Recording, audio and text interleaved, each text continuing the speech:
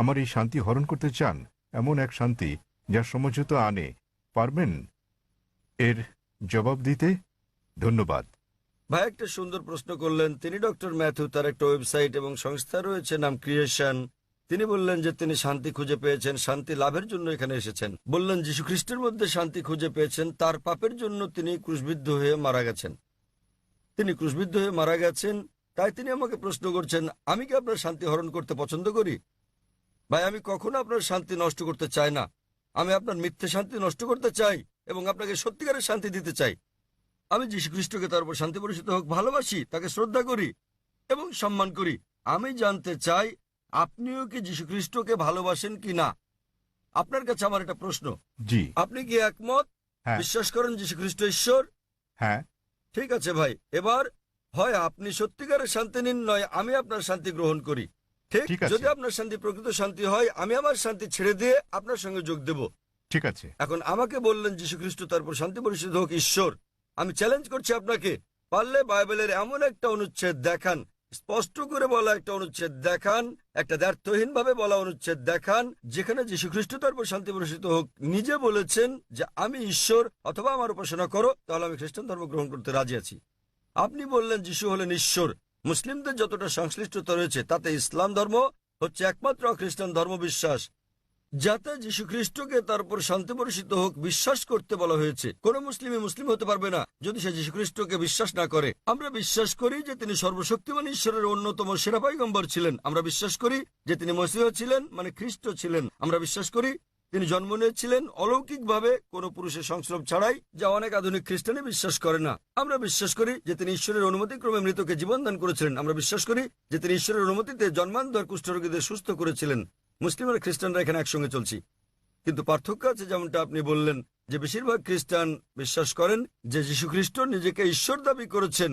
পরিষ্কার করে বলা এমন একটিও উক্তি নেই সম্পূর্ণ বাইবেলে যেখানে যীশু খ্রিস্ট নিজেকে বলেছেন যে আমি ঈশ্বর কিংবা আমার উপাসনা করো। যদি এরকম উক্তি দেখাতে পারেন আমি খ্রিস্ট ধর্ম গ্রহণ করতে প্রস্তুত। যদি তিনি না বলে থাকেন তাহলে কেন আপনারা বিশ্বাস করেন তিনি ঈশ্বর?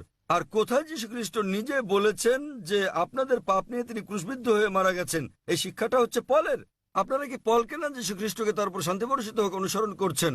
বাইবেলের কোথাও নেই। তাই আমার প্রশ্ন হচ্ছে, যখন যীশু খ্রিস্ট কখনো বলেননি যে তিনি ঈশ্বর, তাকে ভালোবাসবেন, আপনাদের সম্মান করা উচিত।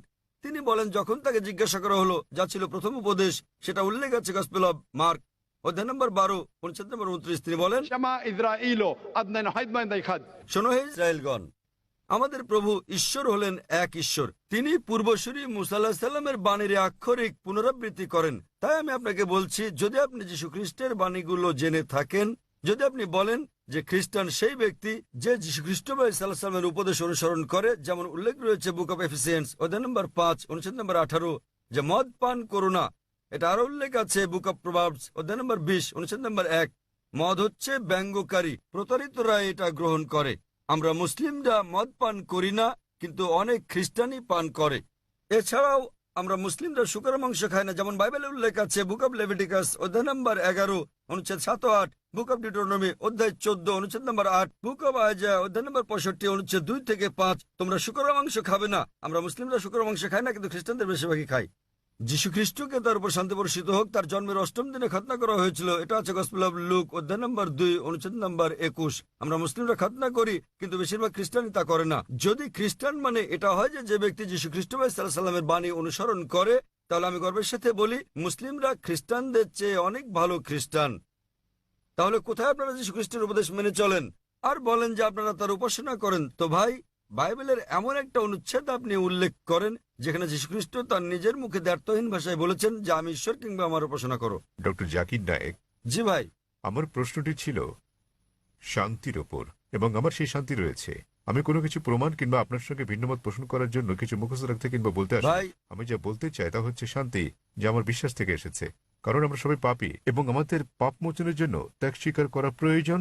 তবে তা আমাদের কাজের মাধ্যমে নয়, বরং এটা বিশ্বাস করার মাধ্যমে যে ঠিক আছে, যীশু খ্রিস্ট আমার পাপের প্রায়শ্চিত্ত করে গেছে। ভালো, তাহলে আপনি একমত যে যীশু খ্রিস্ট সব মানুষের পাপ মোচন করে গেছেন।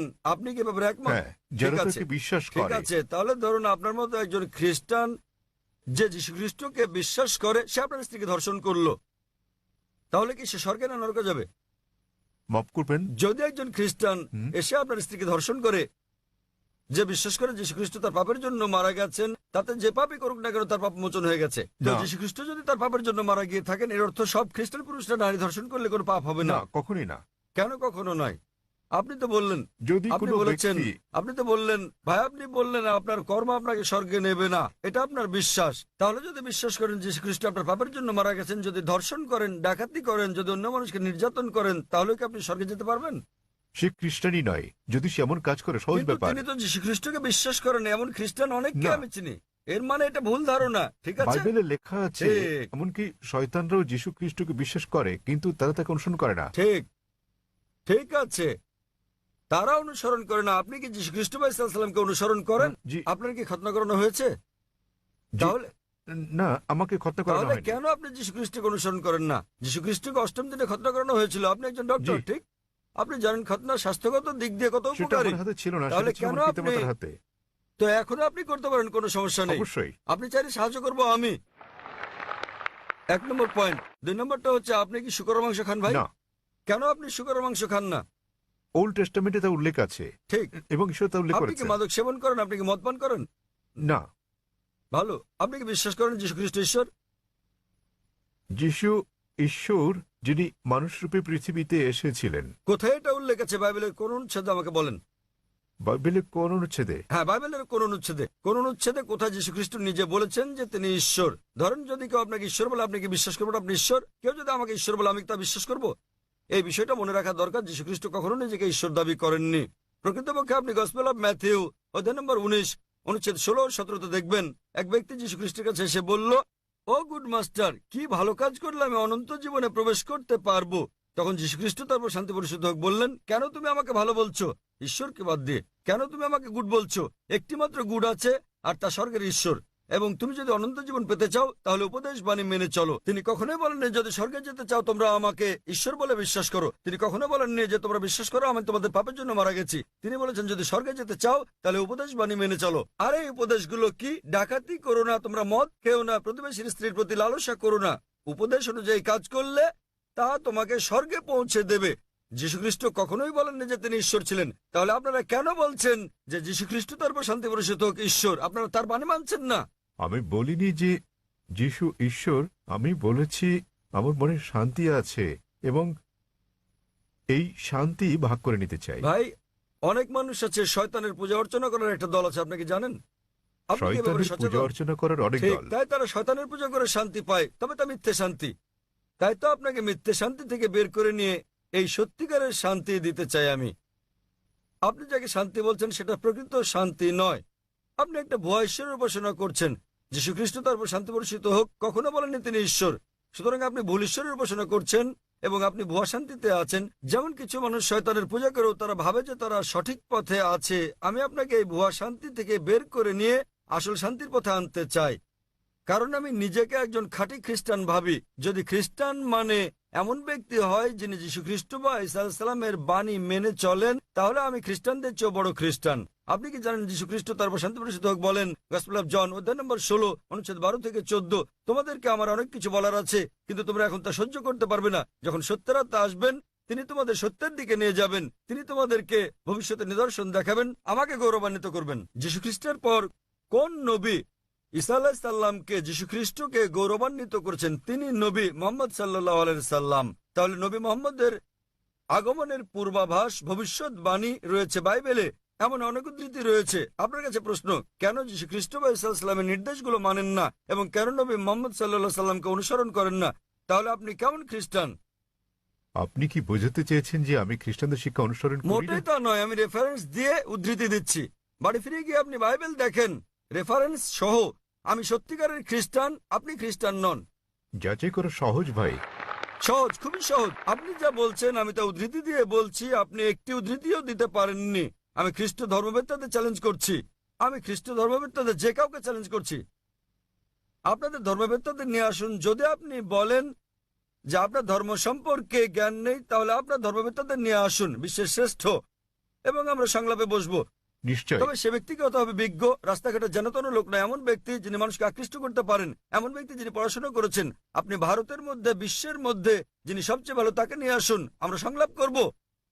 জি এবং স্যার। আপনি তাকে প্রশ্ন করতে পারেন, আমি যে সব প্রশ্ন করছি সেগুলো তাকে জিজ্ঞেস করুন যে বাইবেলের কোথায় উল্লেখ করা আছে কোন দ্ব্যর্থহীন উক্তি যেখানে যীশু খ্রিস্ট বা ঈসা আলাইহিস সালাম নিজে বলেছেন যে আমি ঈশ্বর অথবা আমার উপাসনা করো। আমি জাকির নায়েক অবিলম্বে আপনার এই কথা মেনে নেব। আপনি যদি বাইবেলের যে কোনো সংস্করণ থেকে দেখাতে পারেন কোন দ্ব্যর্থহীন উক্তি, কোন সুস্পষ্ট উক্তি যেখানে যীশু খ্রিস্ট বা ঈসা আলাইহিস সালাম নিজে বলেছেন যে আমি ঈশ্বর কিংবা আমার উপাসনা করো, তাহলে আমি তাকে ঈশ্বর মানব। তবে এমন একটি উক্তি নেই। সুতরাং আপনারা যা করছেন তা হচ্ছে যীশু খ্রিস্টের উপদেশগুলো আপনারা অনুসরণ করছেন না। এটা হচ্ছে চার্চের শিক্ষা, যীশু খ্রিস্টের তার উপর শান্তি বর্ষিত হোক নয়। তাই আমি আপনাকে অনুরোধ করি ভাই, দয়া করে মিথ্যা শান্তি ত্যাগ করুন এবং সত্যিকারের শান্তি গ্রহণ করুন। সত্যিকারের শান্তি হচ্ছে ঈশ্বরের কাছে আত্মসমর্পণ করা, সেই ঈশ্বর যিনি যীশু খ্রিস্ট বা ঈসা আলাইহিস সালামকে সৃষ্টি করেছেন, কোনো ভুয়া দেবতা নয়। যীশু খ্রিস্ট বা ঈসা আলাইহিস সালাম ঈশ্বরের একজন পয়গম্বর ছিলেন, ঈশ্বর ছিলেন না। আশা করি উত্তরটা পেয়েছেন। শুভ সন্ধ্যা স্যার, আমার নাম সিমি। আমার প্রশ্ন, ইসলামে কেন নারীদেরকে তাদের স্বামীকে তালাক দেওয়ার অনুমতি দেয়া হয়নি? বোন প্রশ্ন করলেন যে কেন নারীদেরকে স্বামীকে তালাকের অনুমতি দেওয়া হয়নি। তালাক প্রসঙ্গে বলতে গেলে বোন, বিস্তৃতভাবে আপনি তালাককে 5 ক্যাটাগরিতে ভাগ করতে পারেন। একটা হচ্ছে স্বামী এবং স্ত্রীর পারস্পরিক সম্মতিতে, এটা প্রথম ক্যাটাগরি। দ্বিতীয় ক্যাটাগরি স্বামীর ইচ্ছায় একতরফাভাবে। তৃতীয় ক্যাটাগরি যদি নিকাহনামায় উল্লেখ করা হয়ে থাকে, একজন নারী যখন একজন পুরুষকে বিয়ে করেন তখন যদি তিনি চুক্তির মধ্যে এটা উল্লেখ করেন। কোরআনে কর্তৃত্ব পুরুষকে কেন দেওয়া হয়েছে এ ব্যাপারে আমি পরে আলোচনা করব। তবে নিকাহনামায় যেহেতু বিয়ে হচ্ছে একটা বৈবাহিক চুক্তি, একজন নারী যে কোনো শর্ত জুড়ে দিতে পারেন, এ ব্যাপারে নিষেধ নেই কোরআনে। এই শর্তও দিতে পারেন যে আমি চাই না আমার স্বামী দ্বিতীয় স্ত্রী গ্রহণ করুক, কেননা একজনের বেশি স্ত্রী গ্রহণ ইসলামে আবশ্যকীয় নয়। এতে রাজি থাকলে বিয়ে হবে, না হলে হবে না। মহিলা অন্য একজন পুরুষ, পুরুষ অন্য একজন নারী খুঁজে নেবে। নারী এই শর্ত দিতে পারেন যে যতদিন আমি জীবিত আছি ততদিন তুমি দ্বিতীয় স্ত্রী গ্রহণ করো, আমি চাই না সেটা। কিন্তু আপনি কোরআন পরিপন্থী কোনো শর্ত দিতে পারবেন না। আপনি এমন শর্ত দিতে পারবেন না যে আমি চাই না তুমি নামাজ আদায় করো, কারণ নামাজ আদায় করাটা হচ্ছে অবশ্য কর্তব্য। আপনি এমন শর্ত দিতে পারেন না যে ঐচ্ছিক। অনুরূপভাবে নারী এমন শর্ত দিতে পারেন যে আমার একতরফা তালাক দেওয়ার এখতিয়ার থাকবে। একে বলে তালাকে তাবীজ অথবা ইসমা। তৃতীয় ক্যাটাগরি। চতুর্থ ক্যাটাগরি হচ্ছে তিনি শর্তের মধ্যে উল্লেখ করেন নাই, কিন্তু এখন তিনি তালাক চান। এক্ষেত্রে তিনি স্বামীকে তালাকের জন্য অনুরোধ করতে পারেন, আমি তোমার সঙ্গে থাকতে চাই না। স্বামীর কাছে তালাকের অনুরোধ জানালে একে বলে খুলা। এবং পঞ্চম ক্যাটাগরি, যদি স্বামী রাজি না হয়, স্বামী তার সঙ্গে দুর্ব্যবহার করে, সেক্ষেত্রে তিনি কাজীর কাছে যেতে পারেন, বিচারকের কাছে যেতে পারেন এবং তিনি নিকাহে ফাস্ক বা বিবাহ বাতিল করতে পারেন। স্বামী খারাপ ব্যবহার করলে, স্ত্রীর অধিকার না দিলে তিনি বিচারকের কাছে যেতে পারবেন, বিবাহ বাতিল করতে পারবেন। তাহলে একজন মহিলাও তালাক দিতে পারেন। তবে স্বাভাবিক পরিস্থিতিতে পুরুষদেরই এই ক্ষমতা দেওয়া হয়েছে। কেন? কারণ বিয়ের সময় যে ব্যক্তি ক্ষতিগ্রস্ত হয় তিনি পুরুষ, নারী নন। নারী লাভবান। যদি আপনি আমার কথা শুনে থাকেন, গত শনিবারে ইসলামে নারীর অধিকার, অধীনতা না সুরক্ষা এই ব্যাপারে আমি সেখানে বলেছি যে বিয়ের সময় নারীদের প্রাপ্তিযোগ ঘটে। কোরআনে বলা হয়েছে সূরা নিসা অধ্যায় 4 আয়াত নম্বর 4 যে নারীদেরকে দিয়ে দাও বিবাহের সময় বৈবাহিক পুরস্কার, মোহর। বিয়ের সময় স্বামী স্ত্রীকে দিয়ে থাকে নির্দিষ্ট পরিমাণ অর্থ মোহর। মোহর যে কোনো পরিমাণ হতে পারে। তাহলে ভাবুন, নারীর বিয়ের আগে এটা পুরুষের কর্তব্য, অর্থাৎ পিতা এবং ভাইয়ের কর্তব্য। বিয়ের পর এই দায়িত্ব তার স্বামীর, আর ছেলের তার অন্ন, বস্ত্র, বাসস্থান সহ সব আর্থিক বিষয়গুলো দেখা। যদি তালাক হয়ে যায় তাহলে তার দেখাশোনার দায়িত্ব হচ্ছে পিতামাতার। পিতামাতা না থাকলে সমাজের দায়িত্ব তার দেখাশোনা করা। সমাজ না করলে ইসলামী রাষ্ট্রের দায়িত্ব তার দেখভাল করা। তাই সে আর্থিক দিক থেকে নিরাপদ। যদি তালাক হয়ে যায়, পুরুষ তালাক দেয়, তো তার মোহর লস, কিন্তু নারীর প্রাপ্তিযোগ আছে। এখন তার বিয়ের সম্ভাবনা রয়েছে, আবার বিয়ে করলে সে নতুন মোহর পায়। আর পুরুষ যদি আরেকজন নারীকে বিয়ে করতে যায়, নতুন করে মোহর দিতে হবে। যদি পুরুষ কর্তৃক নারীকে দেওয়া হয় তাহলে বিয়ের পর সে তালাক দিয়ে অর্থ উপার্জন করতে থাকবে, তাতে ক্ষতিগ্রস্ত কে? পুরুষ। সুতরাং সর্বশক্তিমান আল্লাহ অন্যভাবে পুরুষের মর্যাদা রক্ষা করে থাকেন, অন্যথায় ইসলামে পুরুষের অধিকার শীর্ষক লেকচার দিতে হবে। কারণ তালাক হলে পুরুষ নারীর চেয়ে আর্থিক ও অন্যান্য দিক দিয়ে বেশি ক্ষতিগ্রস্ত হয়। নারী নিরাপত্তা পায় পরিবার থেকে, সমাজ থেকে, রাষ্ট্রের কাছে, পুরুষ তা পায় না। তাই এইসব কারণে আল্লাহ সর্বশক্তিমান ঈশ্বর পুরুষকে নিরাপত্তা দিয়েছেন। তথাপিও নারী চাইলে বৈবাহিক চুক্তিতে উল্লেখ করলে সে নিজেও তালাক দিতে পারবে, অথবা সে তালাক দেওয়ার জন্য স্বামীকে অনুরোধ করতে পারে, যাকে বলে খুলা, অথবা স্বামী খারাপ ব্যবহার করলে বিচারকের কাছে যেতে পারে এবং বিবাহ বাতিল করে দিতে পারে, যাকে বলে নিকাহে ফাস্ক। আশা করি উত্তরটা পেয়েছেন। জি, আপনাকে ধন্যবাদ। হ্যাঁ, পিছনের দিকের বাইক থেকে আপনি বলুন। আমি মিসেস পল। আমি হাইকোর্টের একজন উকিল। আমি হিন্দু, বিয়ে হয়েছে খ্রিস্টানের সঙ্গে। আমার মনে এই প্রশ্নটি এসেছে মানুষ হত্যার ব্যাপারে ডাক্তার সাহেবের চিন্তাভাবনা এবং ইসলামের শিক্ষার কথা শোনার পর। যদি হত্যা করা ইসলামে কঠোরভাবে নিষিদ্ধ হয়, তাহলে কেন মুসলমানদের আধ্যাত্মিক নেতারা জিহাদের নামে যে হত্যাকাণ্ড চলছে তার প্রকাশ্য সমালোচনা ও বিরোধিতা করছেন না? মুসলমানরা কিভাবে কতিপয় মুসলমানের ইসলামের অপব্যবহার ও অপব্যাখ্যা মেনে নিচ্ছেন, যারা সারা বিশ্বে মুসলমানদের নামে কলঙ্ক লেপন করছেন? বোন সুন্দর একটা প্রশ্ন করলেন। বললেন যে তিনি ইসলামের শিক্ষা থেকে অনুপ্রাণিত হয়েছেন, ইসলাম নিরপরাধ মানুষ হত্যার বিপক্ষে, কিন্তু তবুও কেন সব মুসলিম নেতারা একত্রিত হয়ে এর নিন্দা করে না যেসব হত্যাকাণ্ড চলছে জিহাদের নামে, এবং এ ধরনের কিছু কুলাঙ্গারের কারণে ইসলাম কলুষিত হচ্ছে? বোন, বিস্তারিত জবাবের জন্য আপনাকে 1 বছর আগে 2008 সালের নভেম্বরে বিগত শান্তি সম্মেলনে আমার আলোচনার শেষ দিকের কথাগুলো শুনতে হবে। দ্বিতীয় আন্তর্জাতিক শান্তি সম্মেলনে আমার শেষ বক্তব্যটার বিষয় ছিল মিডিয়া এবং ইসলাম, যুদ্ধ না শান্তি। প্রধানত যারা দোষী তারা হচ্ছে মিডিয়া। মিডিয়ায় কোনো সম্প্রদায়ের কুলাঙ্গারদের খুঁজে বের করে এবং তাদেরকে এমনভাবে তুলে ধরে যেন তারাই হচ্ছে অনুসরণীয় মুসলিম। এটাই হচ্ছে মিডিয়া। তাই মিডিয়ায় যে আপনারা দেখছেন সেগুলো ঘটনার বাস্তব চিত্র নয়। কোরআনে পরিষ্কারভাবে বলা হয়েছে, সূরা মাইদা অধ্যায় 5 আয়াত 32, যে যদি কেউ কোনো মানুষকে হত্যা করে, হোক মুসলিম বা অমুসলিম, সেটা যদি হত্যার অপরাধ বা দেশে বিশৃঙ্খলা সৃষ্টির অপরাধে না হয়, তাহলে সে যেন সমগ্র মানবজাতিকে হত্যা করলো। এবং যদি কেউ কোনো মানুষের জীবন রক্ষা করে, তাহলে সে যেন পুরো মানবজাতিকে রক্ষা করলো। সুতরাং কোনো নিরপরাধ মানুষকে হত্যা করা হচ্ছে পাপ ইসলামে। এটা কেবল পাপই না, এটা সমগ্র মানবজাতিকে হত্যা করার মতো পাপ। তাই যারা হত্যাকাণ্ড ঘটায়, বিভিন্ন ঘটনা ঘটে, রাস্তা দিয়ে চলার সময় বোমা বিস্ফোরণ ঘটে ইত্যাদি, নিরপরাধ মানুষকে হত্যা করা সম্পূর্ণ নিষিদ্ধ। এটা অত্যন্ত পরিষ্কার। এবং যখন আমি গিয়েছিলাম ইউএসএ, যখন গিয়েছিলাম ইউকে, যে মুসলিম সংগঠনগুলো রয়েছে তারা নিন্দা জানিয়েছে। আপনারা জানেন লন্ডনে পাতাল রেল স্টেশনে বোমা বিস্ফোরণ ঘটেছিল, আমরা তার নিন্দা জানিয়েছি। আমি ইউএসএ গিয়েছি, দেখেছি যে মুসলিম সংগঠন 9/11-এর ঘটনা নিন্দা জানিয়েছে। আমি তাদের সঙ্গে একমত, তাদের সঙ্গে আমি একমত। 9/11-এ যে ঘটেছিল, কয়েক হাজার মানুষ নিহত হয়েছিল, এটা নিন্দনীয় কাজ। কে এটা করেছে আমি জানি না, আমি বলছি না যে মুসলিমরা করেছে, এটা হচ্ছে মিডিয়া। তারা বলছে কোনো প্রমাণ নেই, কোনো প্রমাণ নেই।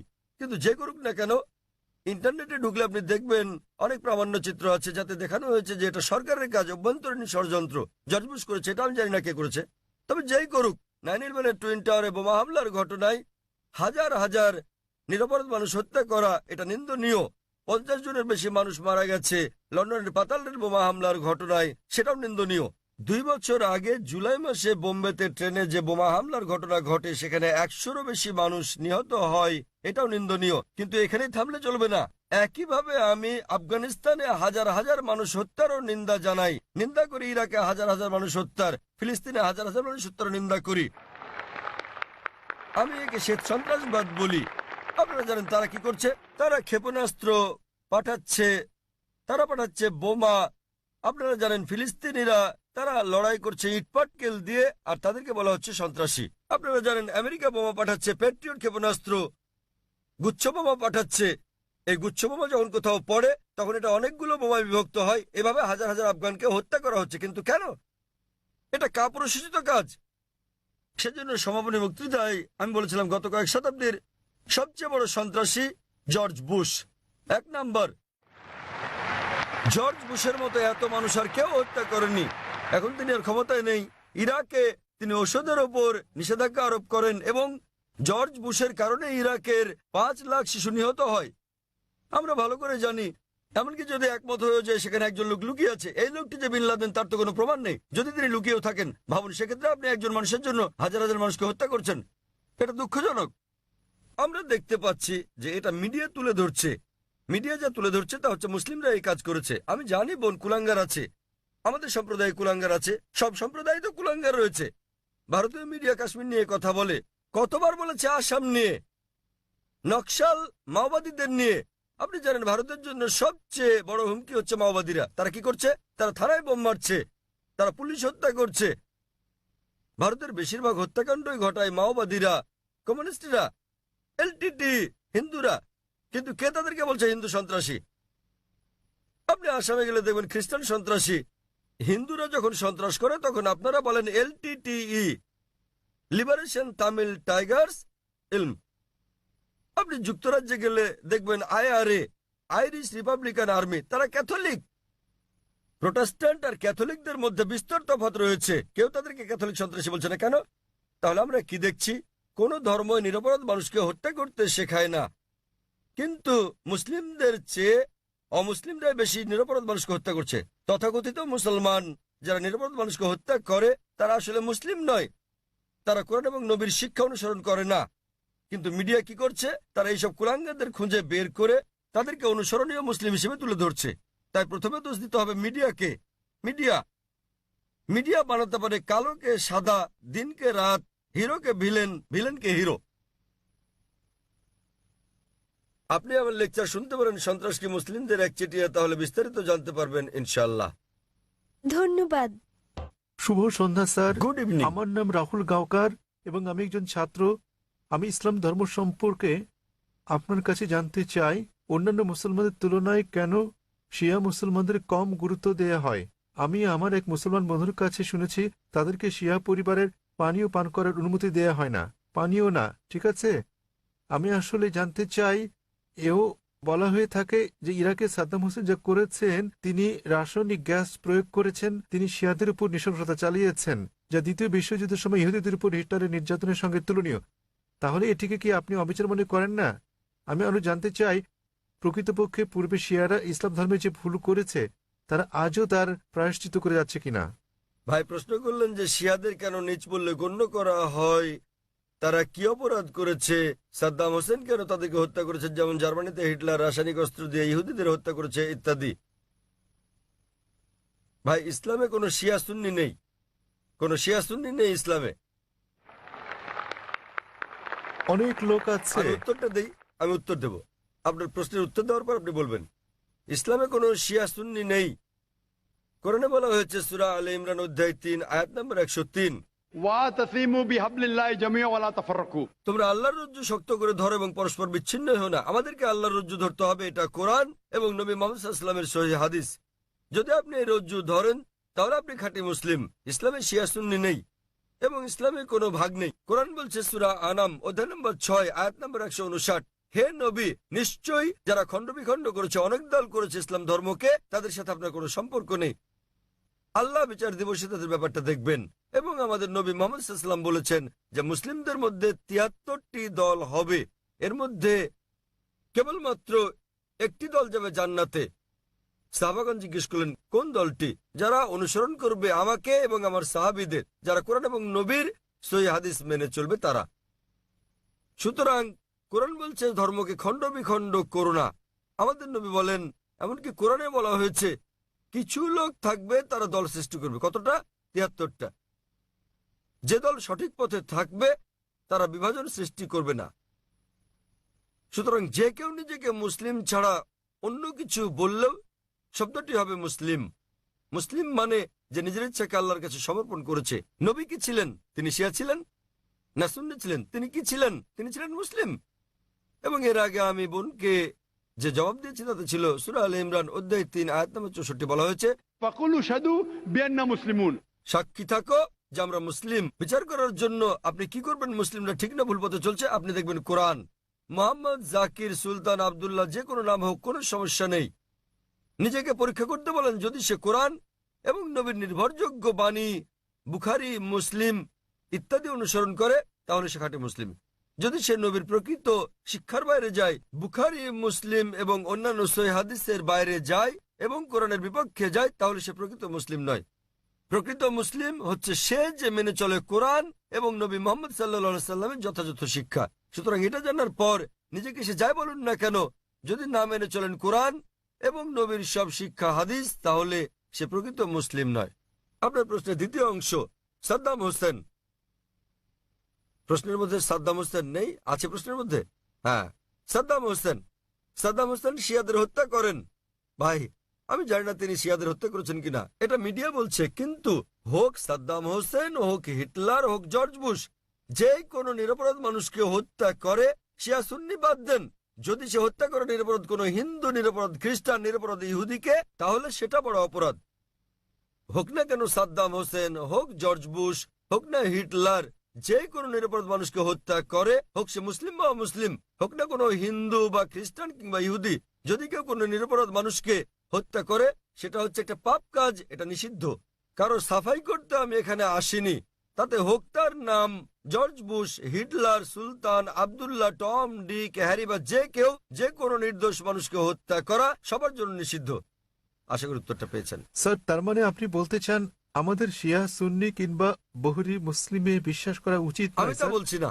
কোরআন কোন শিয়া সুন্নি নেই, কোরআনে কোরআনে মানে কোনো স্যার, বহরি নেই। এখানে অনেক মসজিদ আছে, অনেক মসজিদ। তাহলে আপনি তাদেরকে বলেন, তাদের জিজ্ঞেস করেন শিয়া কথাটা কোথায় আছে কোরআনে, তাকে জিজ্ঞেস করেন বহরি কোথায় আছে কোরআনে।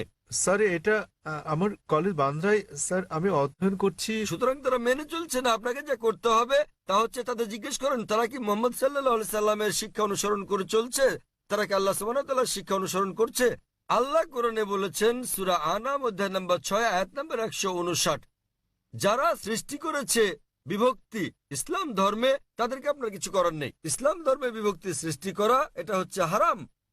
তো ভালো মুসলমান হতে হলে আপনাকে আল্লাহর রজ্জু শক্ত করে ধরতে হবে, এটা বলা আছে কোরআনে। সুতরাং কাউকে আব্দুল্লাহ, সুলতান এরকম নামে ডাকলেই সে জান্নাতে যেতে পারবে না, বরং সেজন্য স্রষ্টা সর্বশক্তিমান আল্লাহর নির্দেশ পালন এবং নবী মুহাম্মদ সাল্লাল্লাহু আলাইহি সাল্লামের শিক্ষা অনুসরণ করতে হবে। ভাই, আপনাকে একটা প্রশ্ন করি, একটা প্রশ্ন। আপনি শিয়া সুন্নি নিয়ে খুবই উদ্বিগ্ন, জানতে চাচ্ছি সেটা কেন? স্যার, অনেক কিছু আমার বন্ধুরা। না না, আপনি কি ইসলাম কবুল করতে চান, তারপরে কোন দলে যাবেন ভাবছেন? স্যার, আমি মানে আপনাকে আমি জিজ্ঞেস করছি, জি আপনি কি ইসলাম কবুল করতে চান আর ভাবছেন শিয়া না সুন্নিতে যোগ দেবেন, তাই? স্যার, না, না, আমি ইসলাম কবুল করতে চাচ্ছেন না। স্যার, এখানে অনেক ধর্ম আছে, ইসলাম ধর্মের অনেক ভাগ আছে। কোনো বিভক্তি নেই ইসলামে। ইসলামে কেবল একটি শব্দ আছে, মুসলিম। আপনাকে যে যাই বলুক, হ্যাঁ, হ্যাঁ, আপনাকে তারা বলেনি যে কোরআন বলেছে। আমি আপনাকে রেফারেন্স দিচ্ছি। লোকটি আমাকে বলেছে তিনি সুন্নি, তিনি আমাকে বলেন। তাকে সুন্নি হতে দিন, শিয়া হতে দিন, বহরি হতে দিন, যে কোনোটা। তাকে বলুন কোরআন বলছে বিভক্তি সৃষ্টি করো না। অধ্যায় নম্বর 6 লিখে রাখুন আপনি, এর অর্থ, অধ্যায় নম্বর 6। স্যার, এর অর্থ এগুলো সব হতাশাজনক। তিনি কোরআন মেনে চলছেন না। কোরআন বলছে সূরা আনাম অধ্যায় 6 আয়াত নম্বর 159, আপনি নোট করে রাখুন যে ডক্টর জাকির নায়েক বলেছেন, সূরা আনাম অধ্যায় 6 আয়াত 159 আছে, বিভক্তি সৃষ্টি করো না তোমরা। আপনাকে যা করতে হবে, নিজেকে ঈশ্বরের কাছে সমর্পণ করতে হবে আপনার। এখন আমি জানতে চাই, আপনি কি নিজেকে ঈশ্বরের কাছে সমর্পণ করতে চান? ভাই, হ্যাঁ, নিজেকে ঈশ্বরের কাছে সমর্পণ করতে চান আপনি?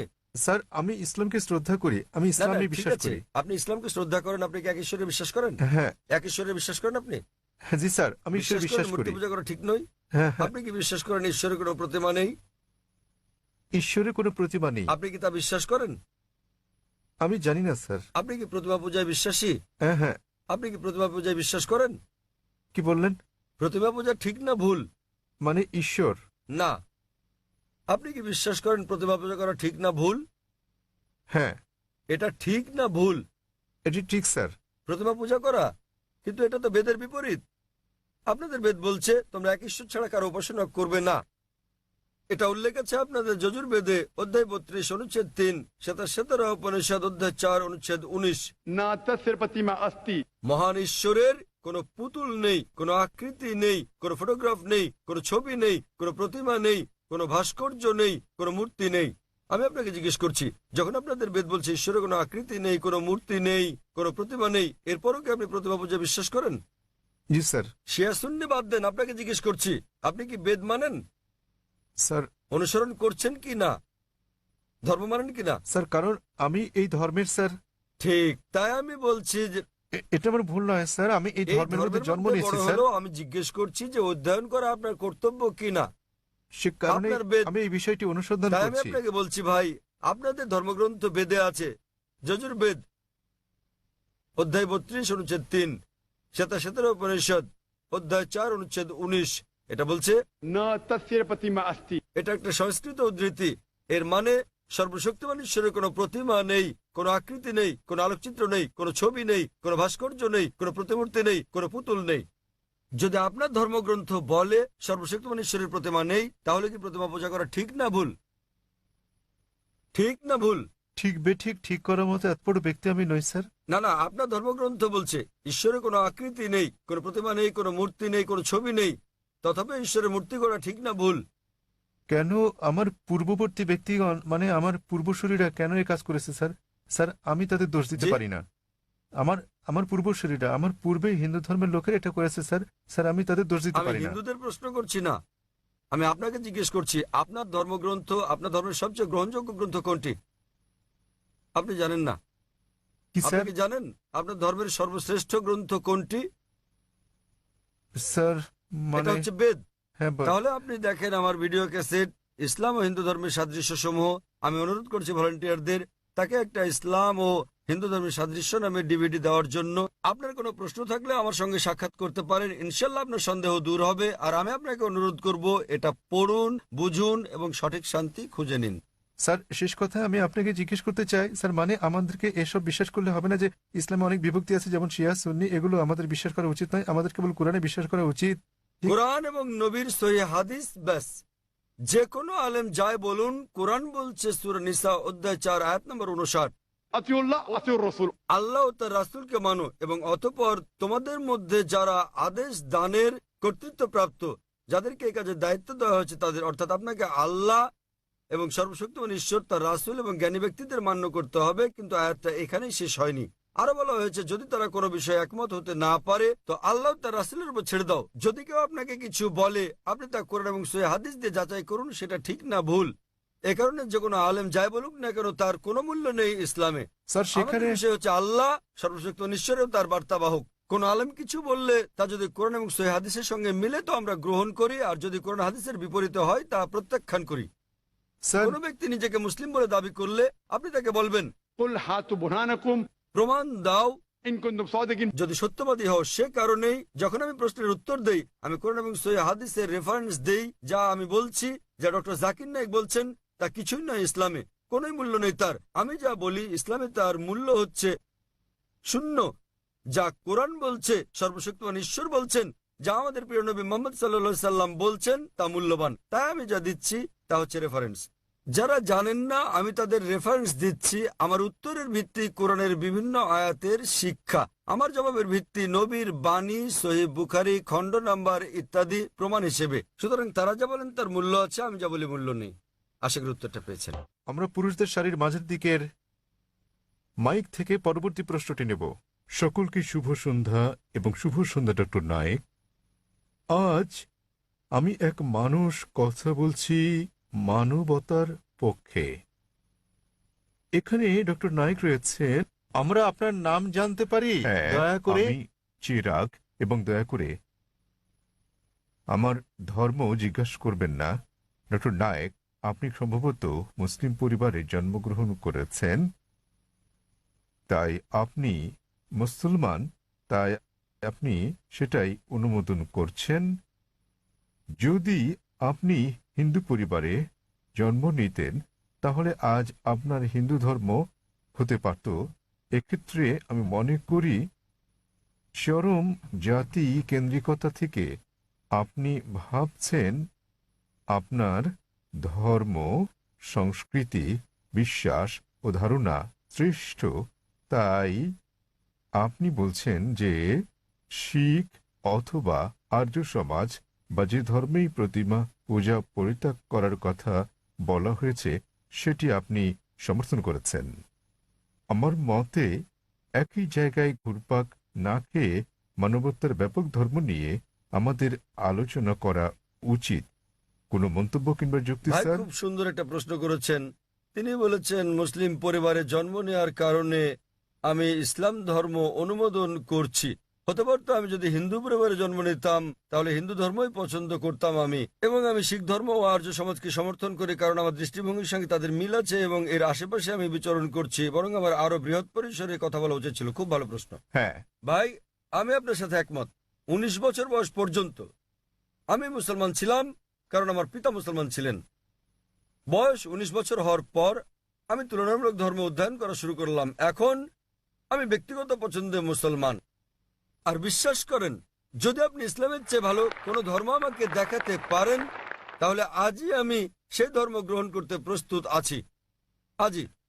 স্যার, আমি মানবতার ধর্মের কথা বলছি।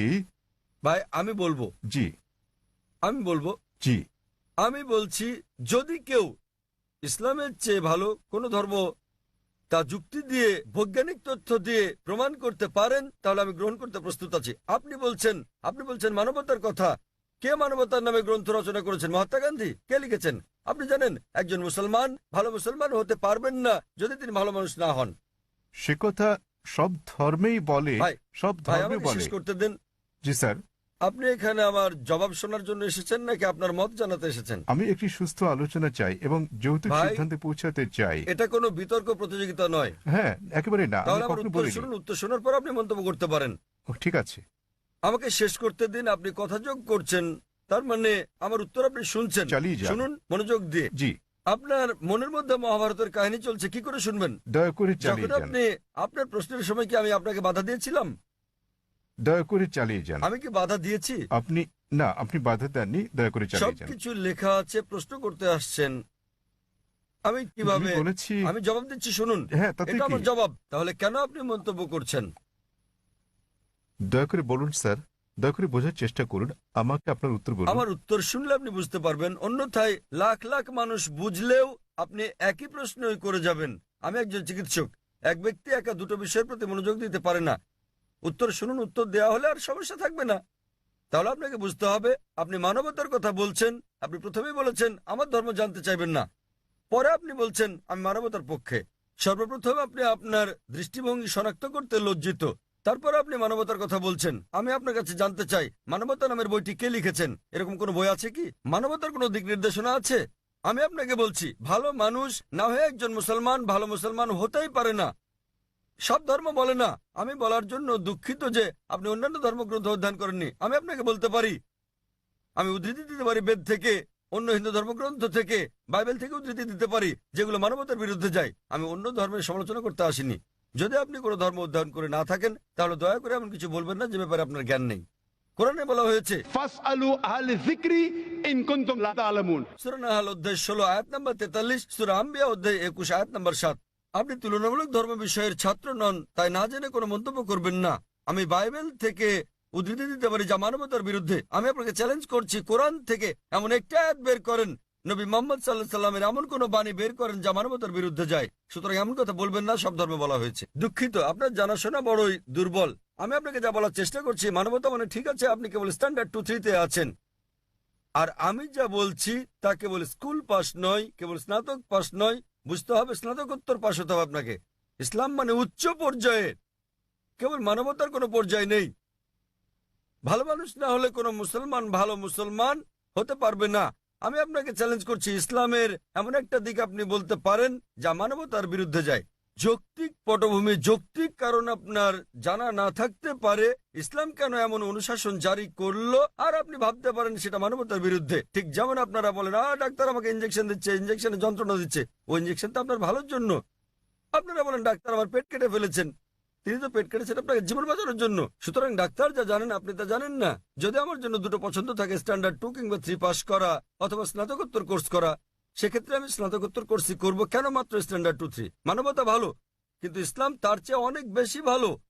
আপনার প্রশ্নের ব্যাপারে বলতে গেলে, আমি মুসলিম পরিবারে জন্ম নিয়েছি বলে আমি ইসলামকে অনুমোদন করছি। আমি আপনাকে বলছি, আপনাকে চ্যালেঞ্জ করছি, যদি কেউ আমাকে প্রমাণ দিতে পারে অন্য যে কোনো ধর্ম, আমি প্রধান ধর্মগুলোর বেশিরভাগই অধ্যয়ন করেছি এবং আমার মনে হয় ইসলাম সবচেয়ে যুক্তিগ্রাহ্য, মানুষের সবচেয়ে সেরা ধর্ম মানবতার। এটাই একমাত্র ধর্ম যাতে মানবতার জন্য সমাধান রয়েছে।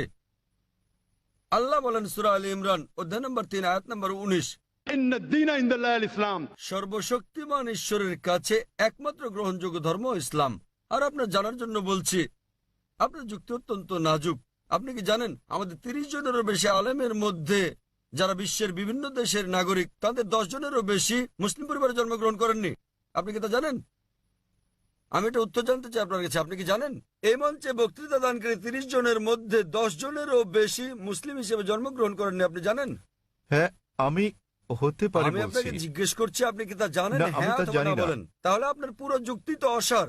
বিশ্বের বিভিন্ন দেশের 30 জন বক্তার মধ্যে 10 জনের বেশি আমেরিকান, 4-5 জন কানাডার, কয়েকজন ইউকের, মালয়েশিয়ার আছেন, সৌদি আরবের, সংযুক্ত আরব আমিরাতের, সোমালিয়ার এবং সুদানের বক্তা রয়েছেন, এবং এদের মধ্যে 10 জনেরও বেশির জন্ম অমুসলিম পরিবারে। তারা বেড়ে ওঠার পর কেউ কিশোর বয়সে গ্রহণ করেছেন ইসলাম, কেউ 20-এর কোঠায় গ্রহণ করেছেন ইসলাম, কেউ বা 30-এর কোঠায় গ্রহণ করেছেন। আর আল্লাহ তাদের হেদায়েত দান করেন, তারা নিজেদের পছন্দে মুসলিম হয়েছেন। সুতরাং আপনার যুক্তি, মুসলিম পরিবারে জন্মগ্রহণের কারণে আমি ইসলাম পছন্দ করি, এসব লোক জন্মগ্রহণ করেননি মুসলিম পরিবারে। তারা খ্রিস্টান পরিবারে জন্মেছেন, তারা অমুসলিম পরিবারে জন্ম নিয়েছেন, তারা ইসলাম পছন্দ করেছেন। কেন? কারণ তারা অধ্যয়ন করেছেন, তারা অন্যান্য ধর্ম অধ্যয়ন করেছেন এবং বুঝতে পেরেছেন ইসলাম জীবনের শ্রেষ্ঠ পন্থা। আমি আপনাকে অনুরোধ করছি, আপনি মানবতা সম্পর্কে পড়েন, ইসলাম সম্পর্কে জানেন এবং বের করতে চেষ্টা করেন ইসলামের কোন বিষয়টা মানবতার বিরুদ্ধে যায়। তাহলে আপনি জানতে পারবেন সবচেয়ে ভালো ধর্ম। আমি আপনার ধর্ম সম্পর্কে জিজ্ঞেস করছি না, আমি আপনাকে সর্বোত্তম ধর্মটা গ্রহণ করতে বলছি। এবং জীবনের সর্বোত্তম পথ, মানবতার একমাত্র সমাধান হচ্ছে ইসলাম। ধন্যবাদ। হ্যাঁ বোন, পেছনের দিকে। আসসালামু আলাইকুম। আমার দুটি প্রশ্ন আছে। প্রথমটি হচ্ছে, মুসলমান মেয়েরা ইসলাম ধর্ম অনুসরণ করে কেন অমুসলিমদের বিয়ে করতে পারে না? আমার আরো একটি প্রশ্ন আছে, ইসলামে এটা সিদ্ধ যে একজন পুরুষ 4 বার বিয়ে করতে পারেন।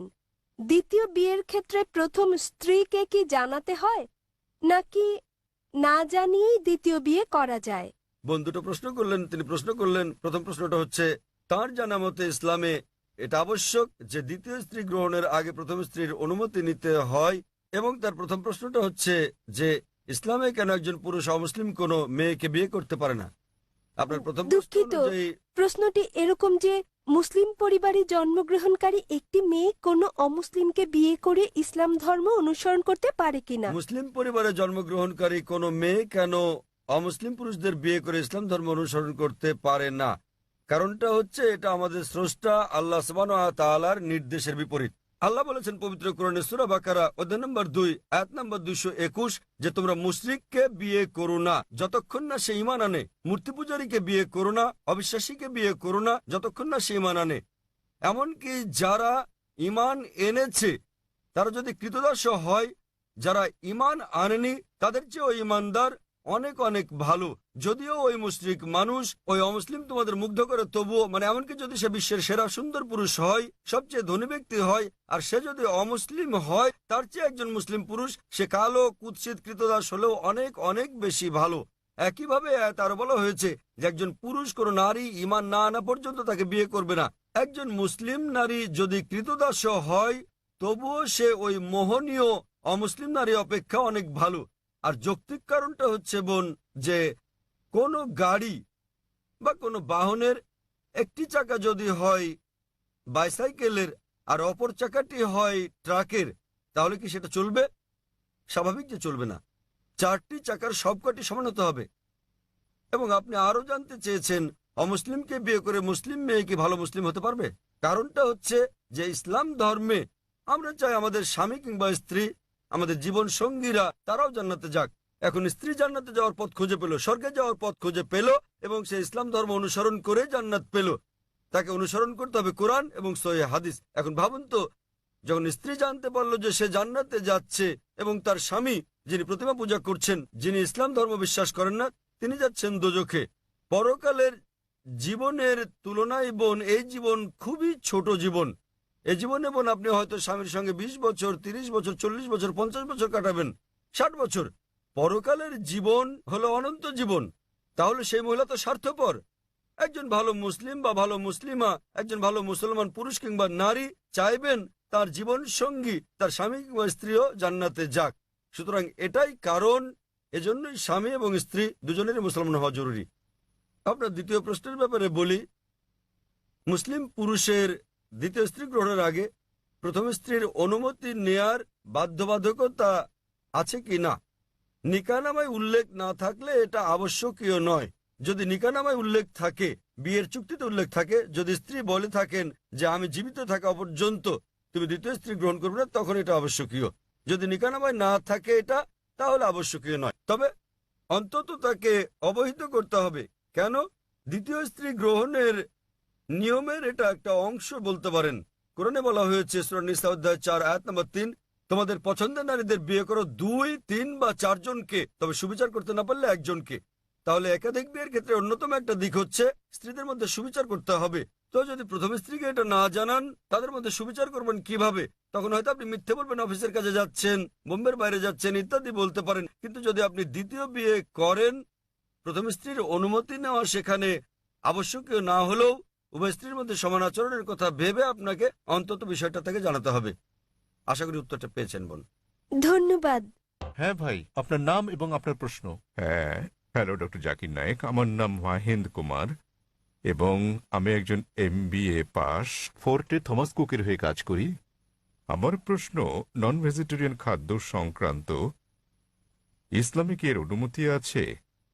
পশু পাখি, জীবিত প্রাণী, আপনি কি একে সহিংসতা বলে মনে করেন না? আমার দ্বিতীয় প্রশ্ন, ননভেজ খাদ্য গ্রহণ কি ইসলামে বাধ্যতামূলক এবং প্রকৃত নিরামিষভোজী ব্যক্তি কি ইসলাম অনুসরণ করতে পারেন? ভাই মহেন্দ্র কুমার খুব সুন্দর একটা প্রশ্ন করেছেন। তিনি বললেন যে ইসলামে আপনারা ননভেজ খাবার খাবেন, আপনারা প্রাণী হত্যা করবেন। কেন ইসলাম ধর্ম প্রাণী হত্যা করার অনুমতি দেয় এবং একজন মুসলমান কি প্রকৃত নিরামিষভোজী হতে পারেন? ভাই, এই প্রশ্নের উত্তর দেওয়ার আগে আমি আপনাকে বলতে চাই, একজন মুসলমান প্রকৃত নিরামিষভোজী হয়েও খুব ভালো একজন মুসলমান হতে পারেন। এটা বাধ্যতামূলক নয় ইসলামে যে আপনাকে ননভেজ খেতেই হবে, এটা বাধ্যতামূলক নয়। তবে যেহেতু কোরআনে আল্লাহ বলেছেন এবং আমাদেরকে অনুমতি দিয়েছেন ননভেজ খাদ্য গ্রহণের জন্য, সূরা মাইদা অধ্যায় 5 আয়াত 1 এখানে বলা হয়েছে যে তোমরা চতুষ্পদ জন্তু খাও যা তোমাদের জন্য হালাল করা হয়েছে। সূরা নাহল অধ্যায় 16 আয়াত 5 উল্লেখ করা হয়েছে যে তোমরা গো মহিষাদের মাংস ভক্ষণ করতে পারো। সূরা মুমিনুন অধ্যায় 23 আয়াত 21 বলা হয়েছে যে গো মহিষাদের উদরস্থিত বস্তু থেকে আমি তোমাদের পান করাই, এর মধ্যে তোমাদের উপকার রয়েছে এবং তোমরা এদের মাংস ভক্ষণ করতে পারো। সুতরাং যখন সর্বশক্তিমান ঈশ্বর হালাল প্রাণীর মাংস ভক্ষণ করার অনুমতি দিয়েছেন, তখন আমরা কেন খাবো না? এখন যৌক্তিক কারণের দিকে আসি, কেন ইসলাম আমিষ ননভেজ খাদ্য গ্রহণের অনুমতি দিয়েছে। যদি ননভেজ খাদ্যকে বিশ্লেষণ করা হয়, দেখা যাবে এগুলো প্রোটিন সমৃদ্ধ। মানব দেহে 23 প্রকার অ্যামিনো অ্যাসিডের প্রয়োজন রয়েছে, যার 8টি মানব দেহে তৈরি হয় না, খাদ্য দিয়ে এগুলোর চাহিদা মেটাতে হয়। এগুলো অত্যাবশ্যকীয় অ্যামিনো অ্যাসিড নামে পরিচিত। এখন এই 8 প্রকার অত্যাবশ্যকীয় অ্যামিনো অ্যাসিডের সবগুলো কোনো শাকসবজির মধ্যে একসঙ্গে পাওয়া যায় না, কেবলমাত্র মাংসের মধ্যে পাওয়া যায়। সেজন্য কোনো প্রাণীর মাংস শাকসবজির তুলনায় অধিক বেশি পুষ্টিকর। এছাড়াও যদি আপনি বিশ্লেষণ করেন, যদি আপনি তৃণভোজী প্রাণীদের দাঁতগুলো ভালো করে দেখেন, যেমন গরু, ছাগল, ভেড়া, এদের দাঁতগুলো চ্যাপ্টা, এরা কেবল তৃণভক্ষণ করে মাংস খায় না। যদি আমরা ভালো করে দেখি মাংসাশী প্রাণীগুলোর দাঁত, যেমন বাঘ, চিতাবাঘ, সিংহ, দেখতে পাবো এদের দাঁতগুলো তীক্ষ্ণ, তাদের ক্যানাইন দাঁত আছে। এরা কেবল মাংস খায়, তৃণজাতীয় খাদ্য খায় না। যদি আমরা মানুষের দাঁতগুলো বিশ্লেষণ করি, আমরা আয়নার সামনে গিয়ে ভালো করে দেখি, আমাদের মানুষের চ্যাপ্টা এবং তীক্ষ্ণ 2 ধরনের দাঁতই রয়েছে। যদি সর্বশক্তিমান ঈশ্বর আমাদের কেবলমাত্র শাকসবজি খাওয়ানোর ইচ্ছে করতেন, তাহলে কেন তিনি আমাদের ক্যানাইন দাঁত দিলেন? কেন তিনি আমাদের তীক্ষ্ণ দাঁত দিলেন? কিসের জন্য? স্বাভাবিকভাবে বোঝা যায় প্রাণীজ খাবার খাওয়ার জন্য, মাংস খাওয়ার জন্য।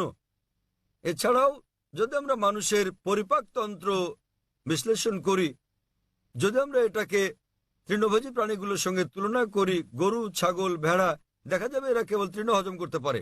মাংসাশী প্রাণী বাঘ, চিতাবাঘ, সিংহ, এদের পরিপাকতন্ত্র কেবল মাংসজাতীয় খাদ্য হজম করতে পারে, তারা তৃণ হজম করতে পারে না।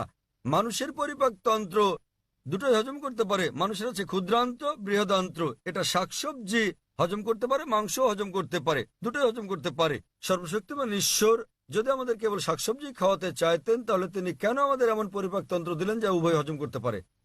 বিশ্লেষণে দেখা গেছে হিন্দুদের অনেকের ধারণা যে হিন্দু ধর্ম মাংস জাতীয় খাদ্য খাওয়া নিষিদ্ধ করেছে। প্রকৃতপক্ষে যদি আপনি পড়েন, মনুস্মৃতিতে উল্লেখ আছে অধ্যায় নম্বর 5 শ্লোক নম্বর 30, সর্বশক্তিমান ঈশ্বর খাদ্য হিসেবে কিছু প্রাণীকে সৃষ্টি করেছেন আর কিছুকে করেছেন খাদক। যেসব প্রাণীকে খাদ্য হিসেবে সৃষ্টি করা হয়েছে সেগুলো খেলে কোনো পাপ হবে না। মনুস্মৃতি অধ্যায় 5 শ্লোক 31 বলছে যে সর্বশক্তিমান ঈশ্বর কিছু প্রাণী বলির জন্য সৃষ্টি করেছেন, তাদের জবাই করলে পাপ হবে না। মনুস্মৃতি অধ্যায় 5 শ্লোক 40 বলা হয়েছে যে বলিদানের পশু বলি দেওয়ার জন্য অনুমতি আছে, এটা ঈশ্বরের বিধান।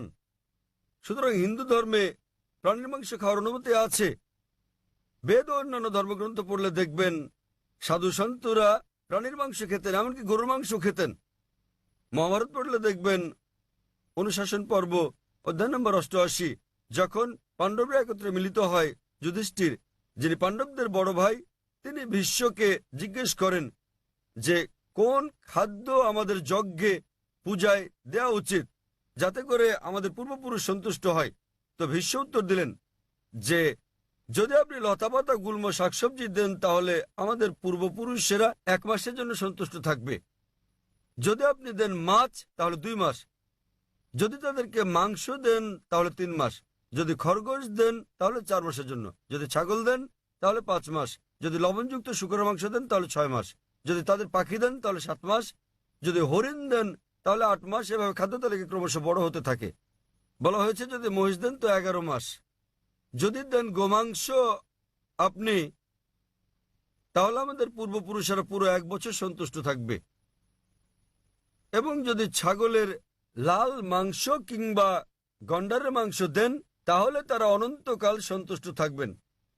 সুতরাং হিন্দু ধর্ম মতে প্রাণীর মাংস খাওয়া কোনো পাপ নয়। হিন্দু ধর্মাবলম্বী অনেকে জীবিত প্রাণী হত্যা না করার অহিংস দর্শনে উদ্বুদ্ধ হয়ে মাংস খেতেন না, তারাও খেতে শুরু করেছেন।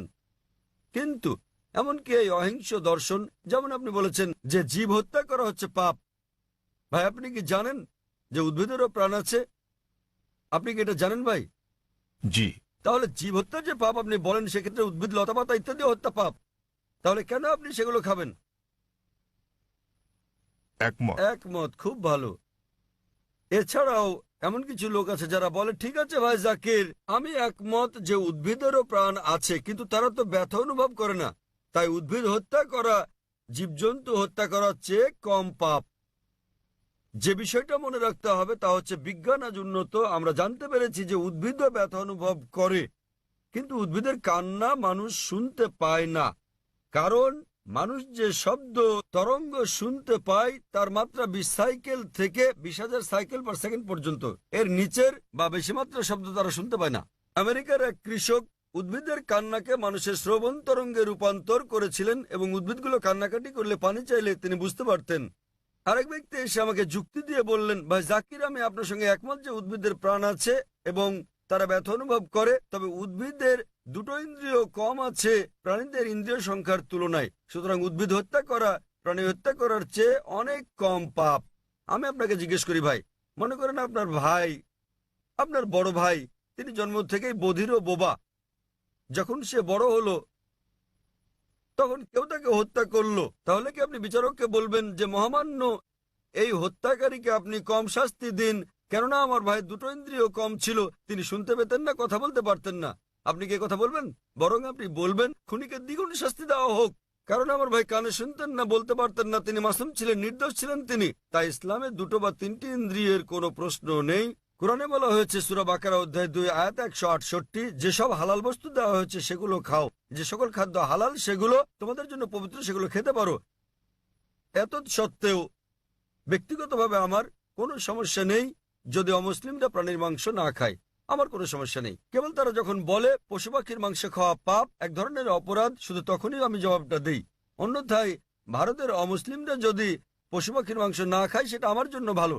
যদি ভারতের সকল অমুসলিমরা মাংস খেতে শুরু করে তাহলে খাসি গরুর মাংসের দামটা বেড়ে যাবে, তখন আমার মাংস খাওয়ার খরচটাও বেড়ে যাবে। তাই ব্যক্তিগতভাবে আমার কোনো সমস্যা নেই। আশা করি ভাই আপনি উত্তরে সন্তুষ্ট হয়েছেন। হ্যাঁ নিশ্চয়ই স্যার। সুতরাং এখন আপনি চাইলে একজন ভালো নিরামিষভোজী হতে পারেন, আবার চাইলে আমিষভোজীও হতে পারেন। মাংস খেলে আপনি আরো সুস্বাস্থ্যের অধিকারী হবেন।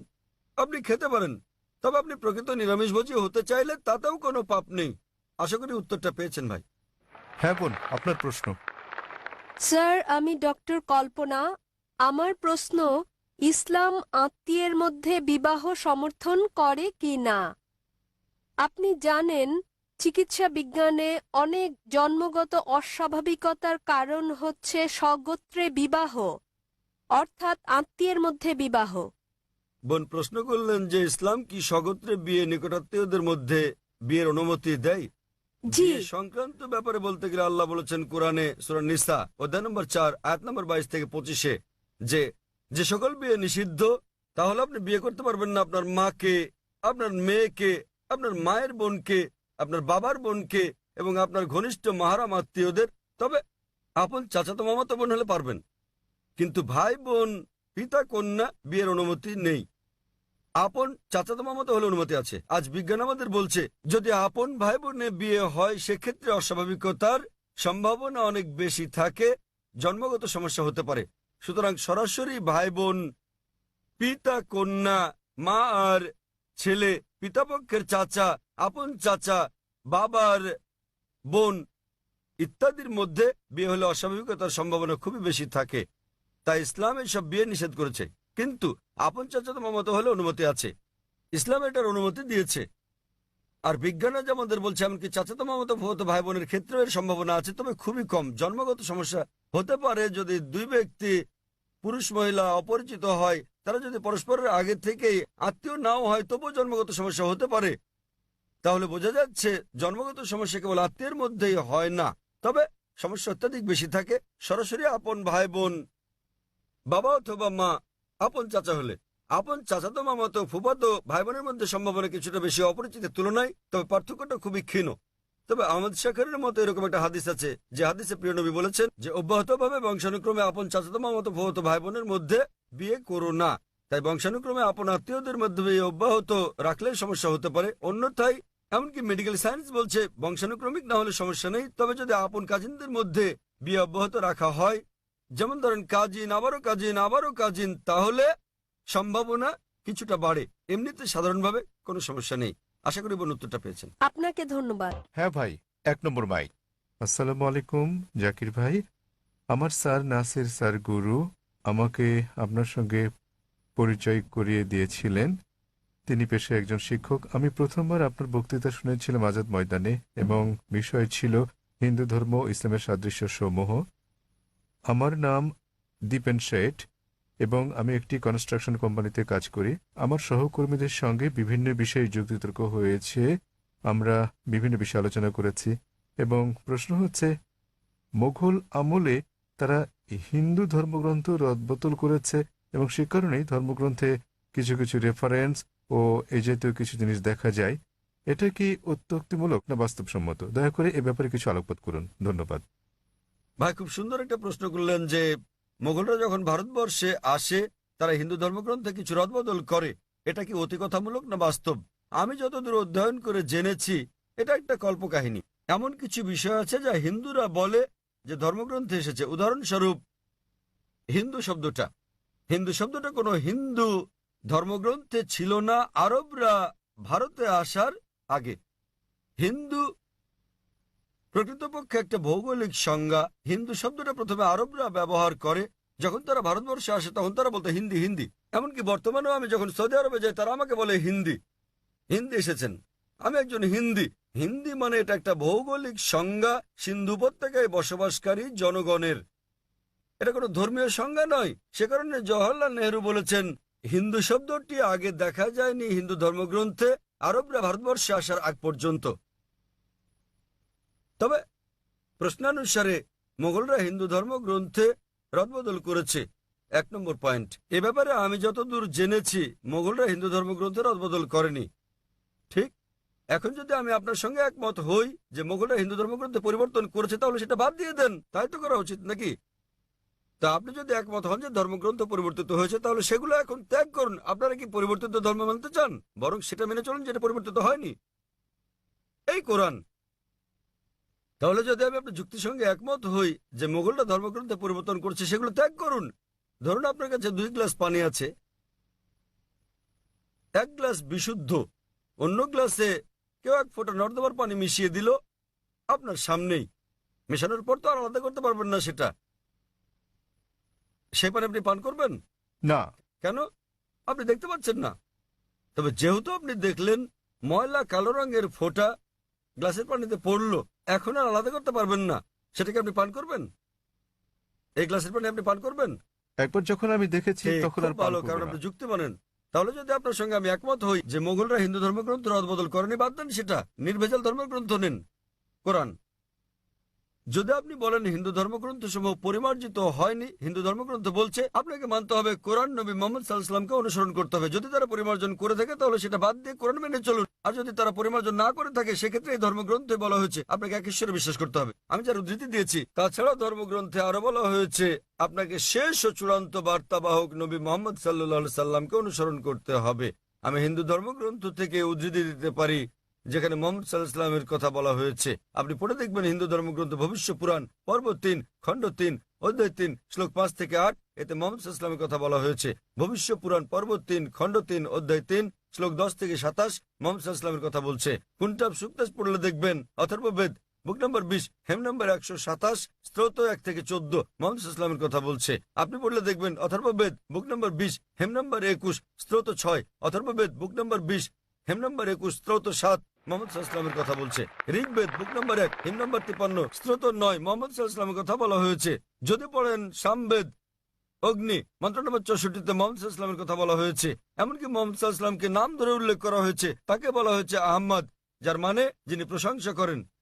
দেখুন সামবেদ উত্তরচিক মন্ত্র নম্বর 1500, সামবেদ ইন্দ্র অধ্যায় নম্বর 2 মন্ত্র নম্বর 152, যজুর্বেদ অধ্যায় নম্বর 31 স্তোত্র 18, ঋগ্বেদ বুক নম্বর 8 হেম নম্বর 6 মন্ত্র নম্বর 10, অথর্ববেদ বুক নম্বর 8 হেম নম্বর 5 মন্ত্র নম্বর 16, অথর্ববেদ বুক নম্বর 20 হেম নম্বর 126 মন্ত্র নম্বর 14। এমনকি তাকে উল্লেখ করা হয়েছে মোহাম্মদ নামে। তাকে বলা হয়েছে নরসংসা। নরসংসা মানে নর মানে মানুষ, সংসা মানে প্রশংসা, যিনি প্রশংসার যোগ্য, প্রশংসিত। আপনি নরসংসা শব্দকে আরবি করলে সেটা হবে মুহাম্মদ।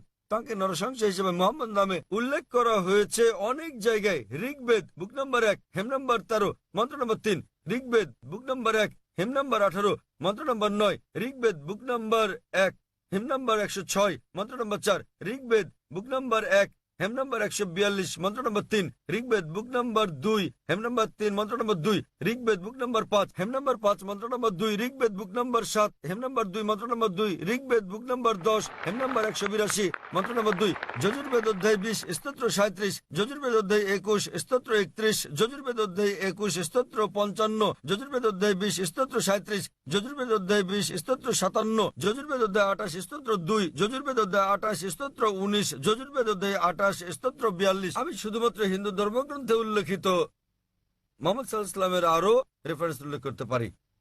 তাহলে আপনাদের ধর্মগ্রন্থ বলছে যে ঈশ্বর একজন, তোমরা কেবল তার উপাসনা করো এবং তোমাদেরকে অনুসরণ করতে হবে সর্বশেষ পয়গম্বরকে।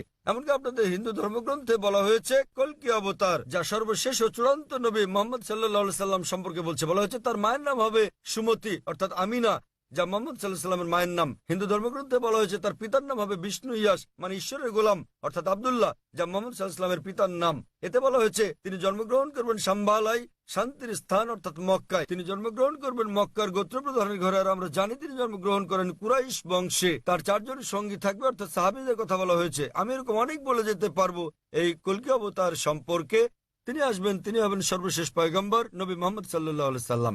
আমি আপনার কাছে জানতে চাই ভাই, আপনি কি এক ঈশ্বরে বিশ্বাস করেন? হ্যাঁ।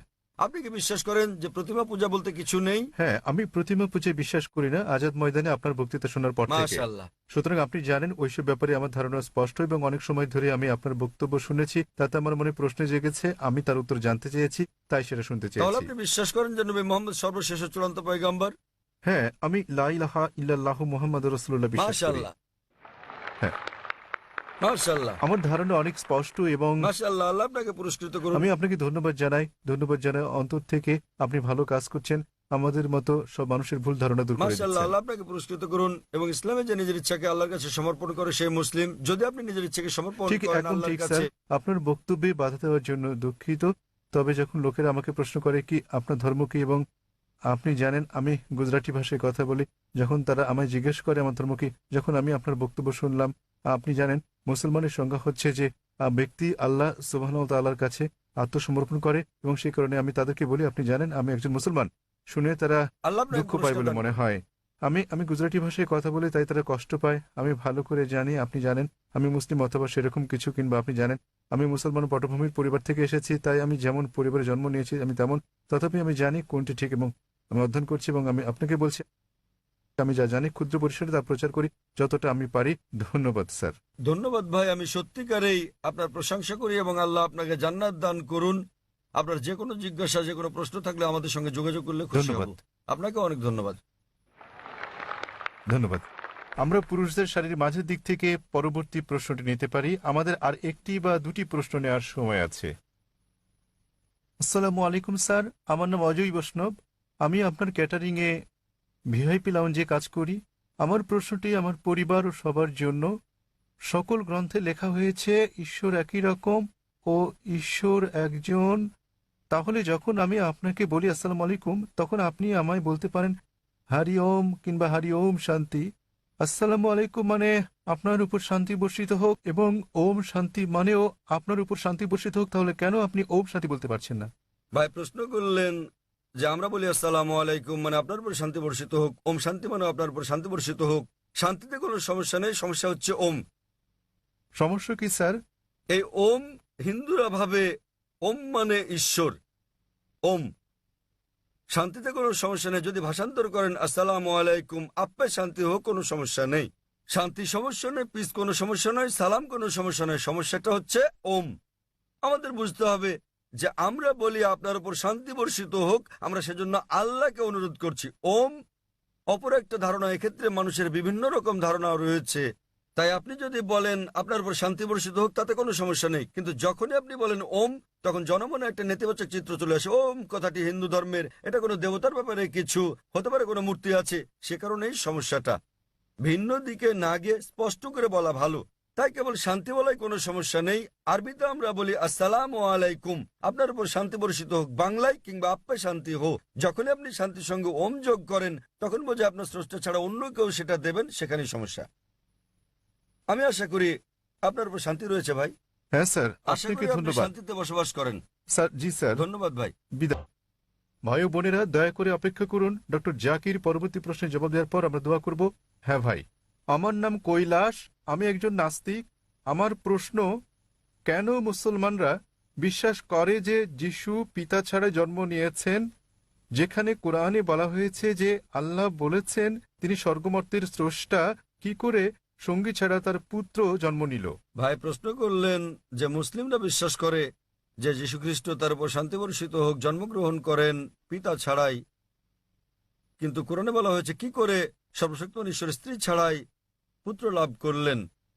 ঈসা আলাইহিসসালামের বিস্ময় কোরআন বলছে সূরা আলে ইমরান অধ্যায় 3 আয়াত নম্বর 47, যখন মরিয়ম আলাইহিসসালাম বলেন মাদার মেরি কি করে আমার একটি পুত্র সন্তান হবে যখন কোনো পুরুষ আমাকে স্পর্শ করেনি, তখন উত্তর দেন ফেরেশতা জিব্রাইল, فإذا قضى أمرا فإنما يقول كن فيكون। যখন আল্লাহ কোনো কিছু করার ইচ্ছা করেন তখন তিনি বলেন হওয়ার অমনি হয়ে যায়। একই রকম কথা সূরা আলে ইমরান অধ্যায় 3 আয়াত নম্বর 59 আল্লাহ বলেছেন إن مثل عيسى عند الله كمثل آدم خلق من تراب ثم قال له كن فيكون।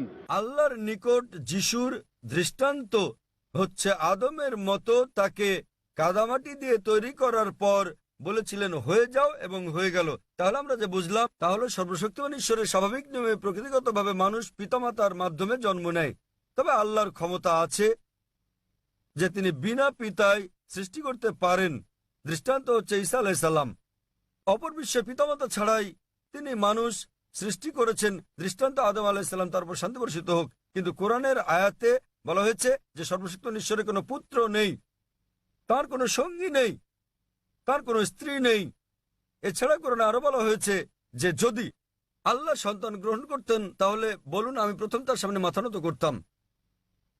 এর অর্থ এই নয় যে আল্লাহর পুত্র আছে। এখানে বলা হয়েছে আল্লাহর সন্তান গ্রহণের প্রশ্নই আসে না, কারণ সন্তান গ্রহণ জৈবিক ক্রিয়া, এটা নিম্ন স্তরের প্রাণীর যৌন ক্রিয়া। আর এ কারণেই আল্লাহ সন্তান গ্রহণ করবেন না। আল্লাহর কোনো স্ত্রীরও প্রয়োজন নেই, স্ত্রীর প্রয়োজন আমাদের মানুষের। যৌন ক্রিয়া নিম্ন শ্রেণীর প্রাণীর ক্ষেত্রে প্রযোজ্য। সুতরাং কোরআনের এই সহায়তা অনুযায়ী যদি আল্লাহর পুত্রের প্রয়োজন হতো তাহলে আমি প্রথম তার সামনে মাথা নত করতাম।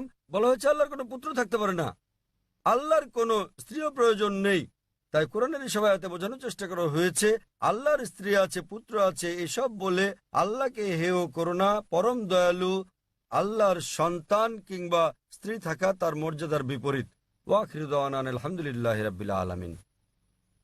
আর কয়েক মিনিট আমরা দোয়া করব ভাইদের অনেকগুলো প্রশ্নের দৃঢ়, প্রতিশ্রুতিশীল, অবাধ ও আস্থাশীল জবাব প্রদানের জন্য। আমি ধন্যবাদ জানাচ্ছি ডক্টর জাকির নায়েককে। তিনি আরো অনেক প্রশ্নের, বিশেষ করে মুসলমান ভাই ও বোনদের অনেকের প্রশ্নের জবাব দেওয়ার সময় পাননি। আমার অনুরোধ রইল, প্রতি রোববার আমাদের প্রশ্ন উত্তর অধিবেশন হয়ে থাকে, দয়া করে নিঃসংকোচে এখানে আসুন। এবং অনেক সময় ডক্টর জাকির নিজে প্রশ্ন উত্তরের এই অধিবেশনে প্রশ্নের জবাব দিয়ে থাকেন। নিঃসংকোচে আসুন এবং আপনার প্রশ্ন জিজ্ঞাসা করুন, অথবা আপনি প্রশ্ন লিখে ইসলামিক রিসার্চ ফাউন্ডেশনে ইমেইলে পাঠাতে পারেন, অথবা আমাদের স্বেচ্ছাসেবকদের সঙ্গে যোগাযোগ করলে তারা আপনাদের ভালো দিক নির্দেশনা দেবেন। জাজাকাল্লাহ খায়ের সুন্দর বক্তব্যের জন্য। এখন আমরা আমাদের কারি, ইসলামের চমৎকার দায়, আপনারা তার পিতা, রাজ্জাক ক্রিকেটের ব্যবসায়ী পুঁজিপতি আব্দুর রহমান আল বুখাতিরকে চেনেন। তারই পুত্র, অত্যন্ত প্রসিদ্ধ কারি, আন্তর্জাতিক খ্যাতি সম্পন্ন অন্যতম কারি ও দায় শেখ সালাহ আব্দুর রহমান আল বুখাতিরকে এই অধিবেশনের সমাপনী দোয়া পেশ করার আহ্বান জানাব। ভাই ও বোনেরা, সংযুক্ত আরব আমিরাতের শেখ সালাহ আল বুখাতির।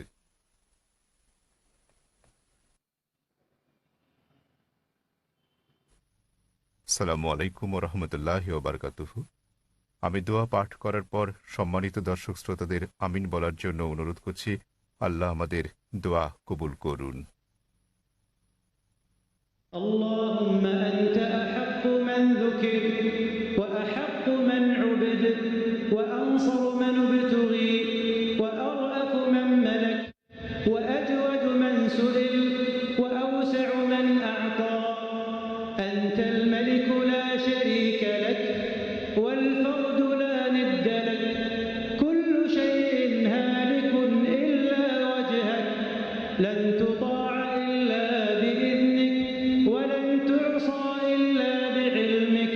تطاع فتشكر وتعصى فتغفر. أقرب شهيد وأدنى حفيظ. حلت دون النفوس وأخذت بالنواصي وكتبت الآثار ونسخت الآجال. القلوب لك مفضية والسر عندك علانية.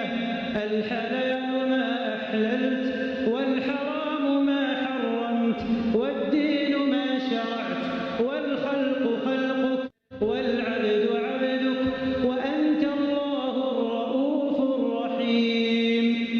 نسألك أن تجعل اجتماعنا هذا اجتماعا مرحوما وتفرقنا من بعده تفرقا معصوما وألا تجعل فينا ولا معنا شقيا ولا محروما.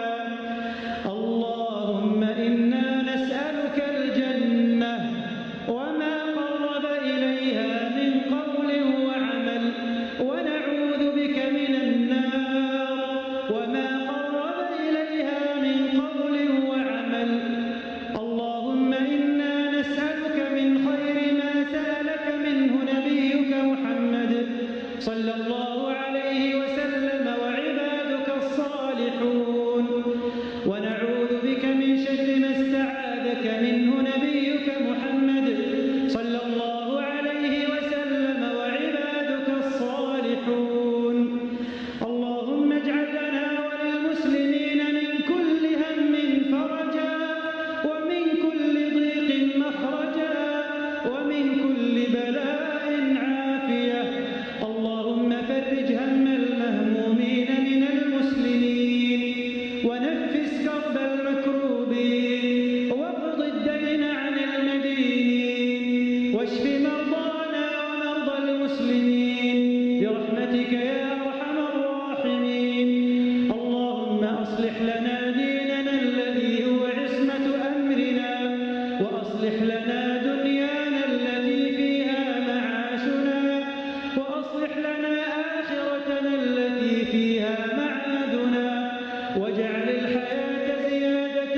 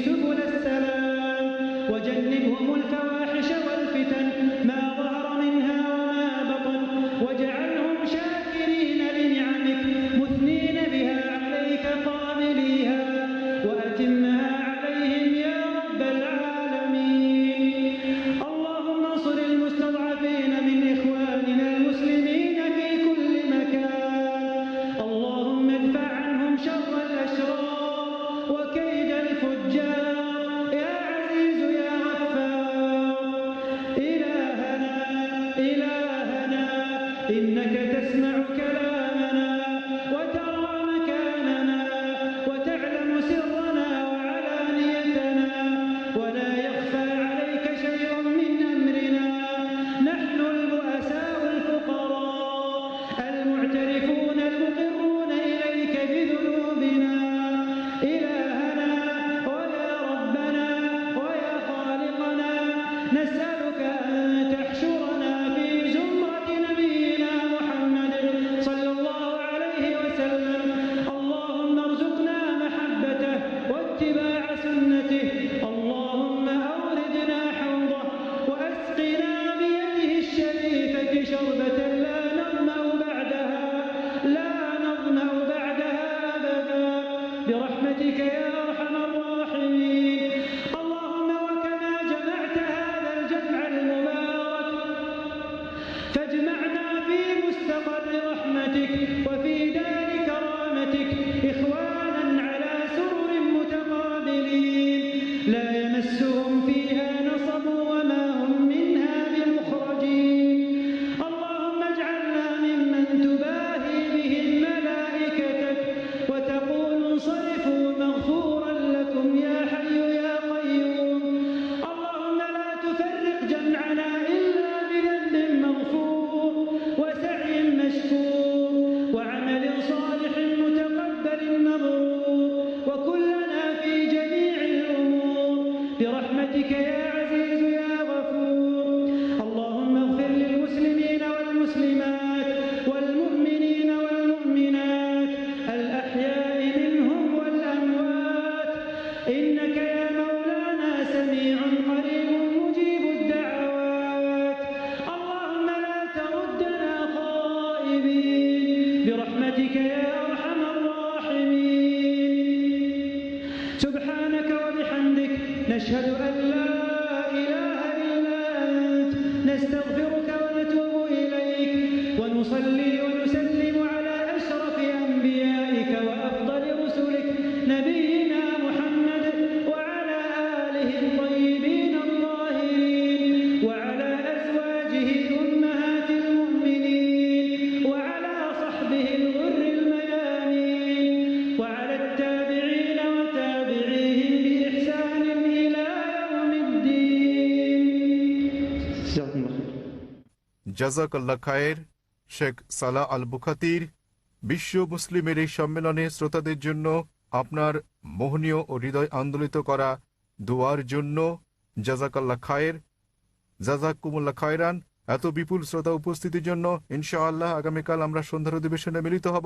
সেই অধিবেশনে আমরা আর একজন নেতৃস্থানীয় কারি মিশরের শেখ আব্দুল ফাত্তাহ তারুতির কিরাত শোনাবো এবং আগামীকালের সান্ধ্যকালীন অধিবেশন ইনশাআল্লাহ মদিনার মসজিদ আন নবাবির ইমাম ও খতিব শেখ সালাহ আল বুখাতিরের দোয়ার মধ্যে শেষ হবে ইনশাআল্লাহ। আসসালামু আলাইকুম ওয়া রাহমাতুল্লাহি ওয়া বারাকাতুহু।